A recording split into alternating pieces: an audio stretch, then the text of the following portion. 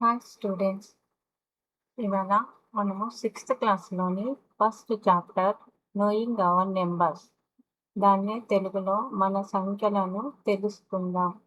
దీని గురించి ఈరోజు తెలుసుకుందాం. ఇంట్రడక్షన్. లత, ఉమ 6వ తరగతిలో చేరారు.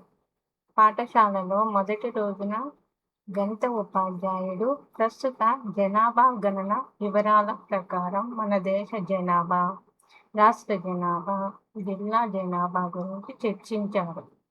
ఈ చర్చలో ఉపాధ్యాయుడు చెప్పిన కొన్ని సంఖ్యలు ఉమ్మకు అర్థం కాలేదు. సాయంకాలం ఇంటికి తిరిగి వచ్చినప్పుడు స్నేహితురాలు లతను వారి జనాభా వివరాల గురించి అడిగింది. ఉమ్మ వాళ్ళిద్దరి మధ్య డిస్కషన్ ఇలా జరిగింది. ఉమ, మన గ్రామ జనాభా నీకు తెలుసా అని అడిగింది. లత, అవును నాకు తెలుసు అని చెప్పింది. ఉమ, ఎలా? లత, మన పంచాయతీ ఆఫీసు గోడపై రాసి ఉన్నాయి కదా. ఉమ, ఏ వివరాలు గోడపై రాశారు? లత, మన గ్రామానికి చెందిన అన్ని వివరాలు ఉన్నాయి. వాటిలో ప్రధానంగా మన గ్రామ జనాభా, పురుషుల సంఖ్య, స్త్రీల సంఖ్య, పిల్లల సంఖ్య, గ్రామంలో గల ఇండ్ల సంఖ్య, వాటిలో పక్కా ఇండ్లు, కచ్చా ఇండ్లు మొదలైనవి ఉంటాయి అని చెప్పింది. ఉమ, మనం ఒకసారి అక్కడికి వెళ్ళి చూద్దామా? లత తప్పకుండా అన్నది. ఇద్దరు కలిసి ఇంటికి వెళ్ళే దానిలో గల పంచాయతీ ఆఫీస్కి వెళ్ళి గోడపై గల వివరాలు చదివారు. ఫస్ట్ గ్రామ పంచాయతీ పేరు గుమ్మడి దళాని, జిల్లా సంగారెడ్డి, గ్రామ జనాభా 8032. దీన్నే ఇంగ్లీష్లో 8032 అని అంటారు. పురుషుల సంఖ్య 4065, 4065. స్త్రీల సంఖ్య 3967, 3967. పిల్లల సంఖ్య 967, 967.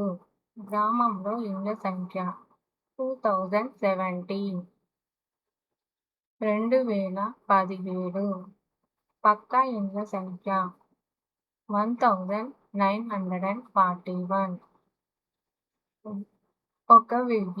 1941. కచ్చా ఇండ్ల సంఖ్య 76, 76.